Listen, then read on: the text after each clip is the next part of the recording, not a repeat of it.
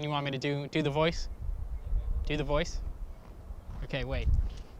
Like I shaved specifically for this today. What's up, guys? Welcome back to the Euro Tuning channel. My name is Colin. You guys may have seen me in some other videos or Instagram reels. Today we're talking about my personal car, which is over here. And this is my 2012 Volkswagen Golf R. It's Tornado Red two-door. 102,000 miles. She's a champ.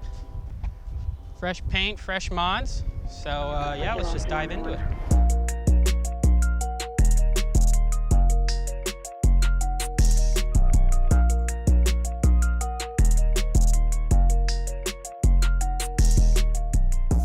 And we're not doing the Doug DeMuro bit anymore. This is my Tornado Red 2012 Volkswagen Golf R. It's a two-door. Lightly modified, as you can maybe tell. We're out here finally today doing this I guess they're called employee spotlights for the car. You guys might have seen Alan's first one on his Mark V R32. But basically we're just gonna go around the car and just look at what's done to it and take a closer look, like a deep dive into Collin's Golf R, all that stuff you guys have seen us unbox. So first things first, we'll probably start with the most obvious is wheels and suspension. It's pretty straightforward, other than wheels and tires. It's got some SolarWorks coilovers on it. The VW06 kit with gives me pretty good fitment, and they were a breeze to install. So Nathan, maybe you can cut to that and show some of that mess. Putting on some new parts today. What do we got going on, Colin? What's going on? So going on today is going to be some SolarWorks coilovers. Then we've got Veltsport strut mounts all the way around. We've got new hardware going on just to replace everything. And then last but not least is going to be some super sick Kollin countergrams that we just got. Opening it all up. We keep a lot of these kits in stock at the shop. So if you guys are interested in some SolarWorks, you know, you can hit up our sales department, and most days, most kits will be able to ship out same day. Comes with instructions and waterproof lubricant, stuff like that. It's always good to have. And then we'll just pull one of these out. So there's the whole shock body and nice pretty blue springs. So this is the rear part of the kit. Comes nicely packaged. One of the rears, rather. And the other one was the front? Yeah, that's the front. So you can see there, they came kind of like pre-compressed a little bit. Again, nice finish, super good quality. Great entry-level kit for people who want to get low. A nice budget option. Great finishes, good hardware. This is the front. Spring slides right over.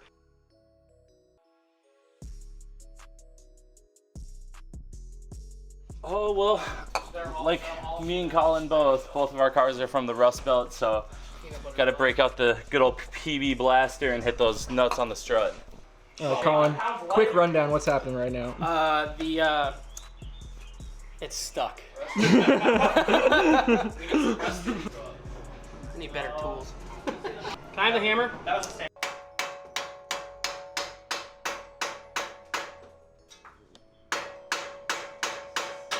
Listen to all that crusty just falling right off. You realize that nut has no shape anymore. Yeah, it'll come off. I don't need it.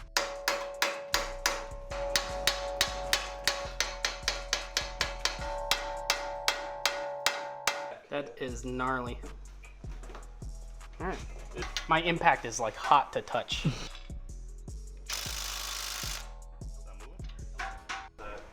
So, if it wasn't already painfully clear, the car is rusty, but we used the strut spreader tool here and a hammer in this case because of the rust to separate the collar that holds the strut in.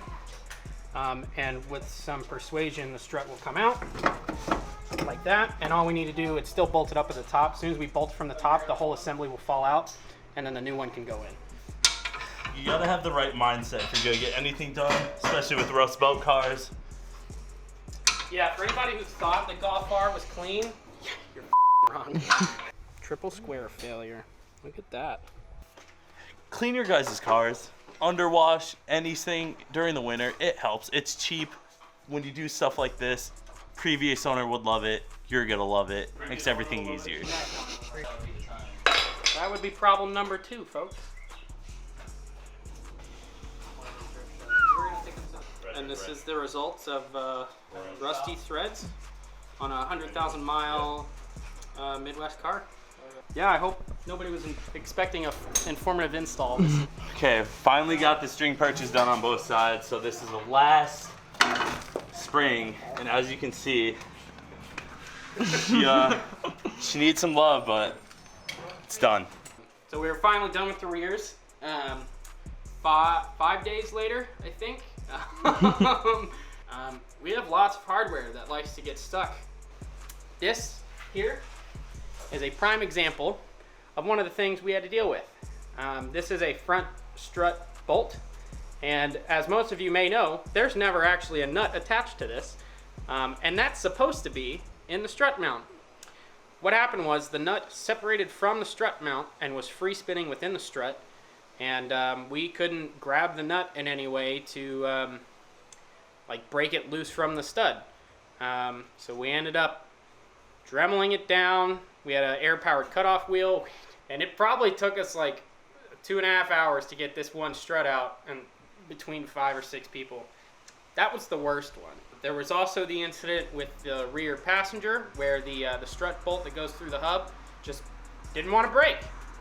Wouldn't do it. I tried, I don't know how many different tools and methods, and finally got it out like Tuesday or Wednesday night.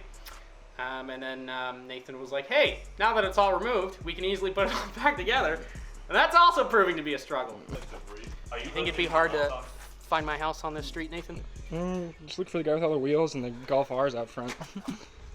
And then it is on Kollin countergrams, 18 by 8.5 with a 43 offset. And then we're on a set of Kumo Exta V730s, 225 4018. So super sticky, kind of sketchy in the rain, but the car's all-wheel drive, so it like balances it out. So they're fun. They look good. I think they look good. But that's pretty much it as far as aesthetics go. It's got a brand new paint job. We got it freshly painted, and then took it on 2 road trips. So she's not garage kept in any sense of the term. We put on a new frosted Euro tuning banner on today.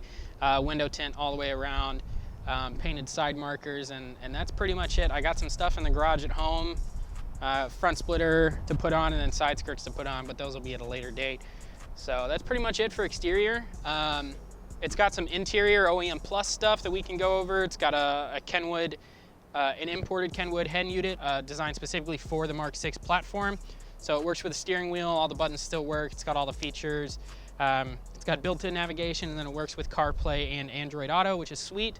I've got a fast charger, USB fast charger from Double Apex. I've got a Double Apex exhaust valve control button. It's basically a momentary function button where if I press it, it forces my valve open in the exhaust.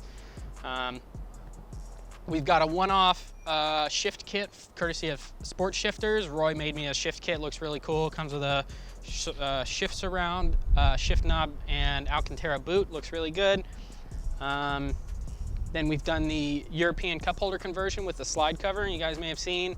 And then my center console we converted to, I think it's just a Tiguan center console that's converted. But basically the issue on the Mark 6 platform is that center console is basically useless. So we swapped it out for one that has a big cavity in the middle.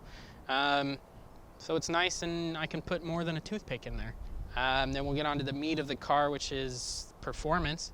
So when I bought the car, it came with a new speed P-Flow intake, painted red to match the car.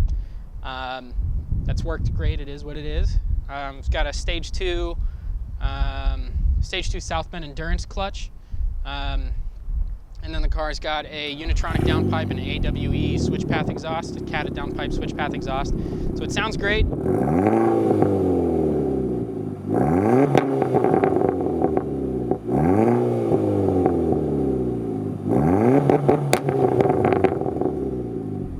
And then it's running on a stage 2 file from Unitronic, so I don't know, Nathan, maybe you can edit in whatever the supposed horsepower is supposed to be, but it's fun, it ripped. We took it up to Tail of the Dragon for Wookiees in the Woods. It sounds great. And then it's got, you know, all the scheduled maintenance it's supposed to have. I'm pretty big on maintenance because I want this car to last a long time. So I've done, you know, probably in the last year, like $4,000 or $5,000 worth of maintenance, not including paint and rust correction and all that kind of stuff. So it's got some ways to go. I got a brace at home to put on. We're thinking about bagging it. Thumbs up if you want to see the Golf R bagged. But yeah, I mean, that's pretty much it. We've got VLAN sequential taillights. I forgot those. So they're the European style Golf R taillights, but instead of just the solid blinking turn signal, it's a sequential turn signal. And I think that's about all I got, Nathan. So I just want to give a quick shout out to everybody who's helped me out with this so far. Pat over Unitronic, the guys at AWE, the P3 Cars guys, Roy at Sport Shifters, Jeremy at SoloWorks, Dowd over at Koenig, all great people, all great companies. I'm super happy to work with them. Yeah, Les who did a bunch of my installs for me, did the clutch, did the downpipe and exhaust. Les is a great local guy, super knowledgeable VW guy around here. And we're just super thankful for the position that we're in here at Euro Tuning because of people, you know, because of our customers. So just want to give a shout out to everybody and, you know, keep modifying. Cool, thanks for tuning in, guys. Thanks for watching. Be sure to subscribe. Check out the social media channels. That's Facebook, Instagram, and I believe we're starting to show up on TikTok. So if you want to see some behind the scenes video content on TikTok, check that out. Other than that, you know, just be sure to always hit us up for all your parts needs, and we'll catch you around.